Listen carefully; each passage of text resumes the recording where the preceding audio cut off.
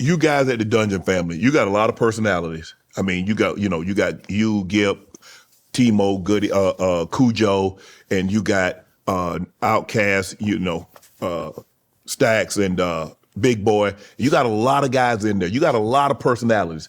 Were there any disagreements? Like, nah, bro, this can't go down like this. It's got to be this. It's got to be that. No, there weren't. Not early on. Mm-hmm. Not early on. Anything of any kind of disagreement or something creative. I think all that stuff was kind of hashed out pretty civilly. Right. Because we had a production team, a production troupe. So we not only had Rico Way, we had Sleepy Brown, he had Ray Murray, and they were like the three wise men pretty much. Right. You know what I mean? And as far as Outkast's album was concerned, they were geared and they had a specific goal that they were trying to, accomplish, and they did it. I think that's the best album of them all. Even though like Soul Food and albums to come, they also were heralded as classics as well. But the first one to really nail it, and cement a place that we could all kind of like grow from. Nothing better than that first album, I believe. And I think it was as good because we all were involved. We all were involved equally. No egos, no entitlements, just hunger and solidarity. You know what I'm saying? Like teamwork, brotherhood, family, and those things do subside with success and space and time and priority. Yes.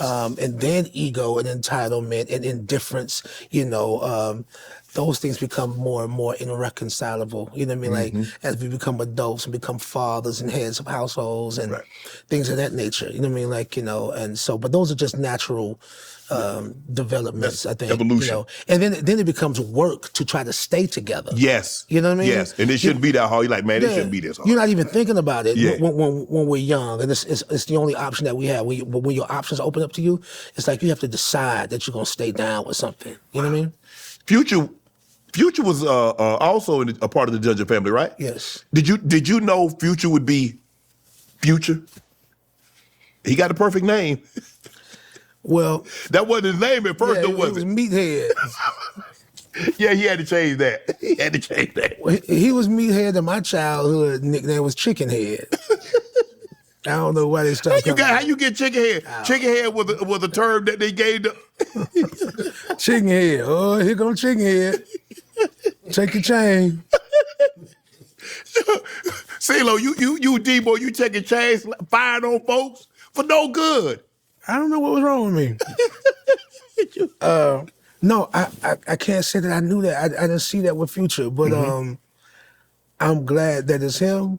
You know what I mean? And I think you become a product of the environment. You know, I think he had some great experiences. He experienced, he had access, he had exposure to a lot of driven and talented, unique and special individuals. I mean, like, and we were really putting numbers up on the board for the city. Right. And so, probability, man, like now it's like, it's beyond a reasonable doubt now. And it's like, so now you can really fully believe in yourself and like, I can do it. Right. You know what I'm saying? So, and then he changed his name to Future, and that's when I guess he started to have a foresight for his own path, you know what I mean, and plight and journey as an artist. And he's done a remarkable job, for keeping the flag going. Yeah. So has Killer Mike. Yep. You know what I mean? How many guys at the Dungeon family, at the house, how many people stayed in the house on a given night or at a given time? 13, 14. How many bedrooms at the house? 2. Damn. So we were all sleeping on the floor. So it would be me, Mon, what's up, Mon? Dre, Big, Sugar Bear. It just depends on whoever decided not to go home that night. But it was a stack of dirty, funky blankets, and we just slept on the wood floor, them dirty mattresses. Sometimes we didn't bathe for weeks. I ain't gonna say weeks, but maybe a week. Because I still have my aunt's place, but like if I went over there, I just lock in. I'm gonna just stay for the week, Right. Because you might only have access for that one ride over there, Right. And then you stuck to somebody can come back Come and get get you. you. I mean, Yeah. that's kind of what it was. But we were kids, man. I was 17 years old, Right. Yeah. Did you purchase that house? Do you?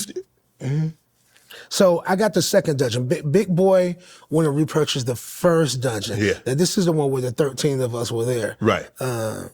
So he's got that, and now it's an Airbnb. People can go and visit it. It's a landmark. It needs one of those historic, Yeah.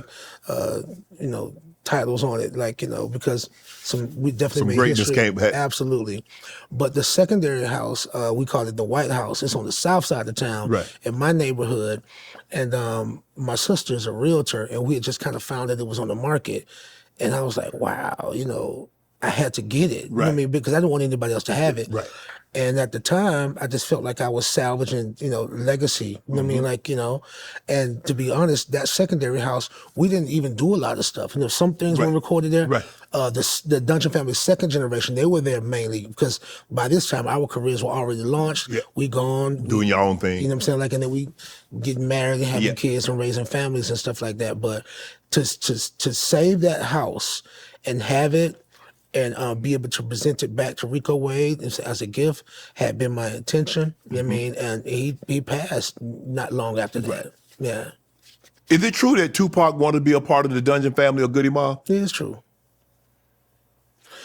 It's true. I think because, if people are Tupac fans, his earlier narratives were positive, pro-black, revolutionary. Yep. And that's what we was on. That's the type of time that we were on. Like, again, when I say we really wanted to make the ancestors proud, the ancestors, the hierarchy of this city, whether that be Mayor, Andrew Jackson, Ralph David Abernathy, Martin Luther King. I mean, we were touched, by the work that they had done. Right. You know what I'm saying? We wanted to honor it, as best we could. So, yeah, he saw that in us. And when he was in jail, I think he just kind of really needed somebody who he felt like he could relate to and could come to it and didn't want nothing from him, but just had love and shelter. I mean, like in family, So, yeah, that's true. Wow. At the Source Awards, the Source Awards when Outkast got booed and Dre said, man, the South got something to say. What went through your mind? Because this was the first time that Southern rap had arrived. Yeah. And from that point on, Southern rap was here to stay. Like as you mentioned, L.A. Reid and Babyface, you had seen the Ushers, the TLCs, that R&B style.